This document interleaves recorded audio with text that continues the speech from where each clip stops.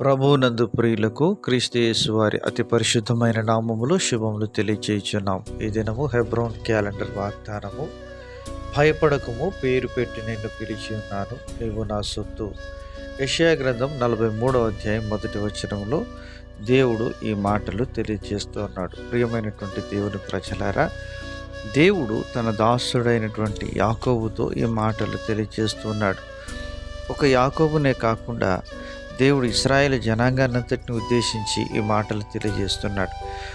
ఇశ్రాయేలులో తిరుగుబాటుదారులకు, దుర్మార్గులకు ఈ వాగ్దానం దేవుడు ఇవ్వడం లేదు, కానీ తన యందు నమ్మిక ఉంచి తనపై విశ్వాసం ఉంచినటువంటి వారికి, తనపై ఆధారపడినటువంటి వారికి శత్రువుల నుంచి దేవుడు విడుదల కలుగజేసే విషయంలో వారిని బలపరచుటకు ఈ వాగ్దానాన్ని అనుగ్రహిస్తూ ఉంటున్నాడు. ప్రియమైనటువంటి దేవుని ప్రజలారా, దేవుడు భయపడకము అనే మాట తెలియజేస్తూ ఉన్నాడు. బైబిల్లో 365 సార్ల కంటే ఎక్కువ సార్లు భయపడకము అనేటువంటి మాటను దేవుడు తెలియజేస్తూ ఉంటున్నాడు.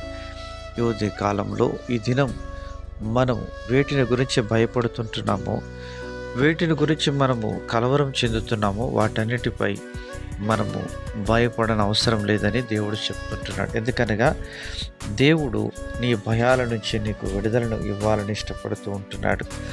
ప్రియమైనటువంటి దేవుని ప్రజలారా, యెషయా గ్రంథం 41:9-10 అంటున్నాడు, నేను నీతో చెప్పి ఉన్నాను, నీకు తోడై ఉన్నాను, భయపడకము, నేను నీ దేవుడనై ఉన్నాను, దిగులు పడకము, నేను నిన్ను బలపరుతును, నీకు సహాయం చేయువాడని నేనే, నీతి అను నా దక్షిణ హస్తంతో నిన్ను ఆదుకొందును అని వాగ్దానం చేస్తున్నాడు. ప్రియమైనటువంటి దైవజనమా, దేవుడు మనకు సహాయం చేసేవాడు. నీ యొక్క కృంగుదలలో, దిగులులో, విచారంలో దేవుడు ఆయన నీ కుడి ప్రక్క నుండి నీకు సహాయం చేసేవాడుగా ఉంటున్నాడు.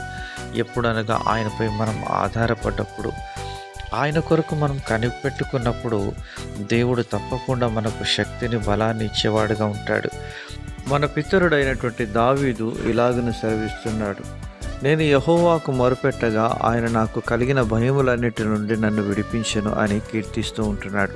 ప్రియమైనటువంటి దేవుని ప్రజలారా, మనకు ఆవరించిన భయములు, మన చుట్టూ ఉన్న శత్రువు యొక్క శోధన నుంచి మనం విడిపించబడాలి అంటే మన పితరులైనటువంటి భక్తులు ప్రభువుపై ఆధారపడినట్లుగా మనము ఆధారపడినప్పుడు మన భయముల నుంచి దేవుడు మనల్ని విడిపించి నిర్భయులుగా మనల్ని చేసి క్రీస్తు యేసులో స్వతంత్రులుగా చేసేవాడుగా ఉంటాడు. అట్టి కృప దేవుడు మనకందరికీ దయచేయునుగాక.